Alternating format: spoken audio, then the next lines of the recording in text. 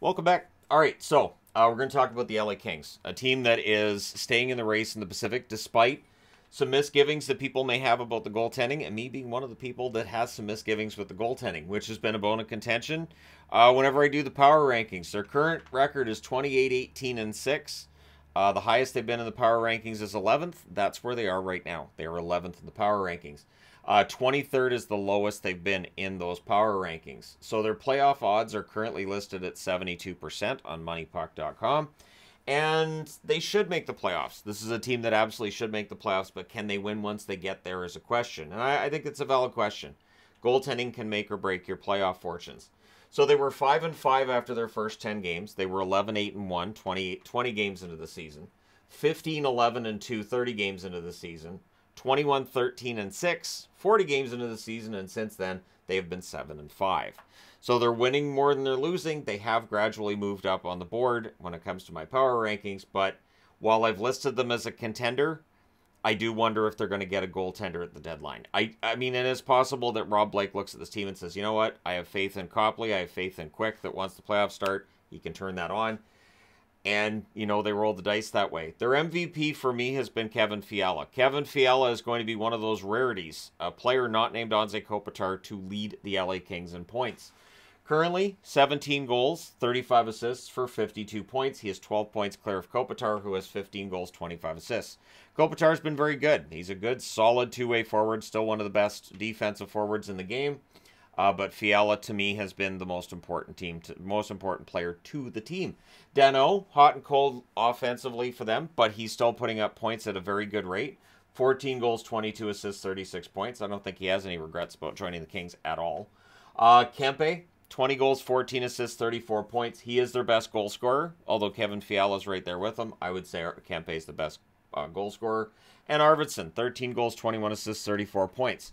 There's some frustration with Arvidsson at some of the inconsistency here and there, but I think he was playing very well going into the break. So I'm of the mind that Arvidsson could be one to watch from a fantasy perspective coming out of the break because, again, I thought he was playing well. Trevor Moore may be one to watch as well for the LA Kings. Their tandem currently is Quick and Copley. And, of course, Copley came in because Cal Peterson wasn't good. And so they had to do something about it. Copley's been starting more games than Quick, in part because Copley's been better than Quick on average. This is something that I do wonder about, again, as we get closer and closer to the trade deadline and come out of the All-Star break. There may be some goaltenders available who could be an upgrade. And this is a team that is, right now, for me, kind of middle of the pack. Again, 11th in the power rankings tells you they're not exactly middle of the pack. But, yeah, I wonder about their ability, because in the playoffs and as we get closer to the playoffs, goal scoring will drop a little bit. So for teams who have maybe a bit more of a challenge with the goaltending, that's where it shows up, is that when it's harder to get those goals and you need the big saves, if you're not getting those, it can cause you to fall in the standings. But again, odds are they make the playoffs. They don't have pending UFAs to really worry about, although it's odd, right?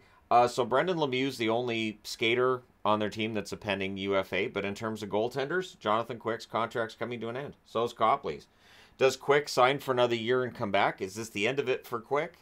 What about Copley? Do you bring him back again next year? Keep in mind that Cal Peterson's contract, which is an expensive, pricey contract, has 3 more years on it at $5 million per. And yes, they can bury that in the minors, but there's still a cap hit of about $3.875 million for the LA Kings right now, even while Peterson's buried in the minors. So, concerns, I have plenty when it comes to the Kings. That being said, I do wish them the best with this.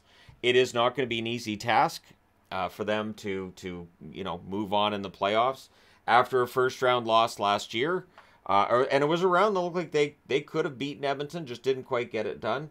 Can they do it this year? And can they find the goaltending? Oddly enough, if it was them against the Oilers, it would likely be Skinner, and I'm going to say Quick. Even though Copley's been the starter for a lot of the recent games, I think it would be Skinner versus Copley.